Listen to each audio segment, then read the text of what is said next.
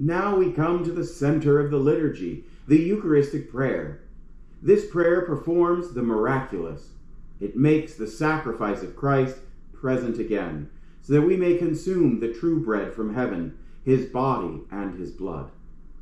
Before we dive into the particulars of the Eucharistic prayer, I want to give you a brief overview of the different options. As the Novus Ordo, the Mass after Vatican II, gives priests 10 options to choose from for the Eucharistic prayer. Now you may be sitting there thinking, whoa, 10 options? It sure doesn't seem like there are 10 different Eucharistic prayers. And that's because they are all used for different reasons, and the last 6 are used very infrequently.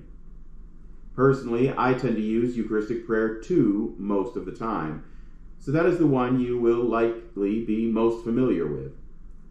But let's briefly go over each one and why they are generally used. Eucharistic Prayer 1 is known also as the Roman Canon and is based on the ancient liturgy of Rome. The prayer is symmetrical around the institution narrative, which is the part where we repeat Christ's words from the Last Supper. Eucharistic Prayer 1 is the longest, prettiest, and most formal of all the prayers. It also has special inserts for high feasts like Christmas and Easter, which is why it is most often used during those feasts. Its most noticeable characteristic is 2 symmetrical lists of early saint names. If you hear the celebrant list off all of the apostles, then you know we are in Eucharistic Prayer 1. While the first one is based on the ancient Roman liturgy, the second Eucharistic prayer is actually the oldest one we have. It comes from a document called Apostolic Tradition, written by the early church father, Saint Hippolytus. As this was in the early church, when liturgical books did not really exist yet, priests and bishops back then were not sent to seminaries like today. Instead, they would basically be apprenticed to an experienced priest, following him around and learning from the priest. Because of this, the Eucharistic prayer was starting to drift slowly from what the apostles had first taught. Hippolytus attempted to correct this by writing down the minimum of what should be included in a Eucharistic prayer. So he took that and made it into the shortest of all the Eucharistic prayers, as it has the bare minimum necessary. That is why this one is used as the primary prayer, especially on weekdays. Eucharistic Prayer 3 has an extended insert for intentions of someone who has died. All the Eucharistic prayers have this insert option for the intention of the Mass when it is for a deceased person. However, the third prayer has a much longer insert that includes our hope of the resurrection, that every tear will be wiped away from our eyes. For this reason, it is sometimes used at regular Masses, but is most often used at funerals. Eucharistic Prayer 4 is one of the prettier prayers and has an extended introduction that recalls the flow of salvation history. This extended introduction also includes its own preface. However, because this personal preface is integral to the recounting of salvation history during this Eucharistic prayer, it is required to use this preface when we say this Eucharistic prayer, which means that it is mostly used at weekday Masses or during ordinary time, when a particular preface isn't required by the season or the feast of the day. These first 4 are the main Eucharistic prayers and are used at least 99% of the time. The next 2 are the Masses of Reconciliation, and the last 4 are known as votive Masses. The word votive means to offer prayers for, which is why the candles next to Mary are known as votive candles, because we are lighting them to ask Mary to pray for something we desire.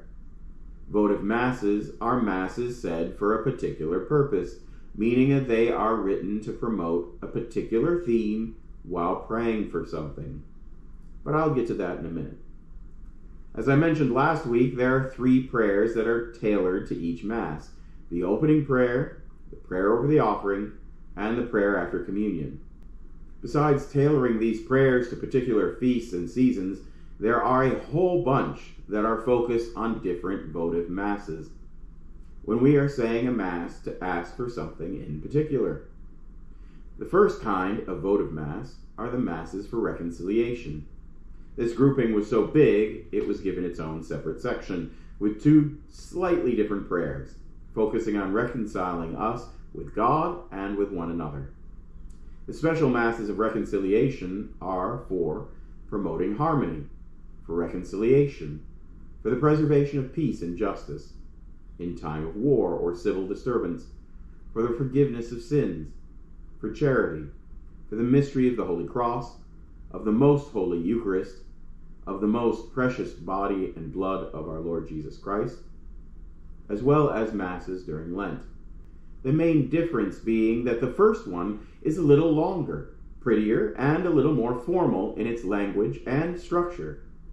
The four votive masses, on the other hand, are not interchangeable. Each one is written for a set of particular intentions with a similar theme.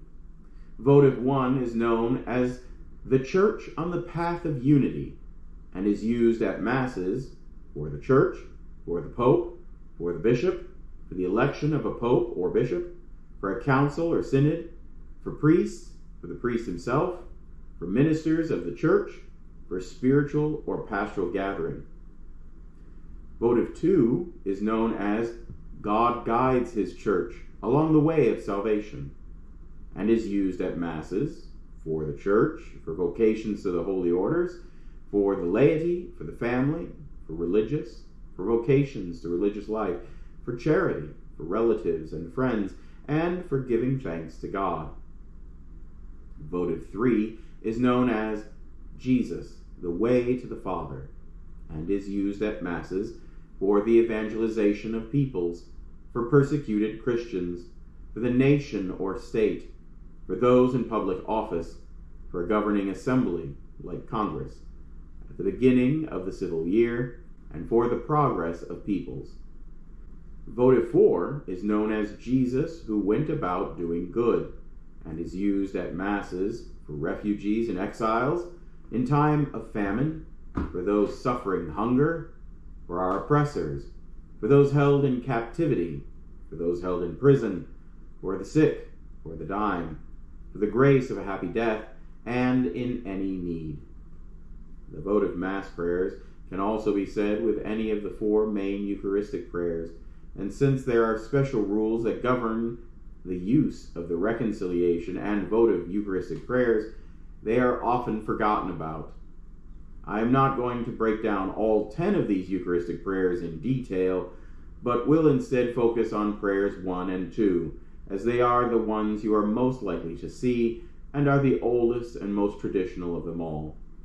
But I wanted you to be aware of these other ones, because when I first heard a votive Eucharistic prayer, I thought the priest had gone rogue and started making up the prayer on the spot. So until next week, God bless.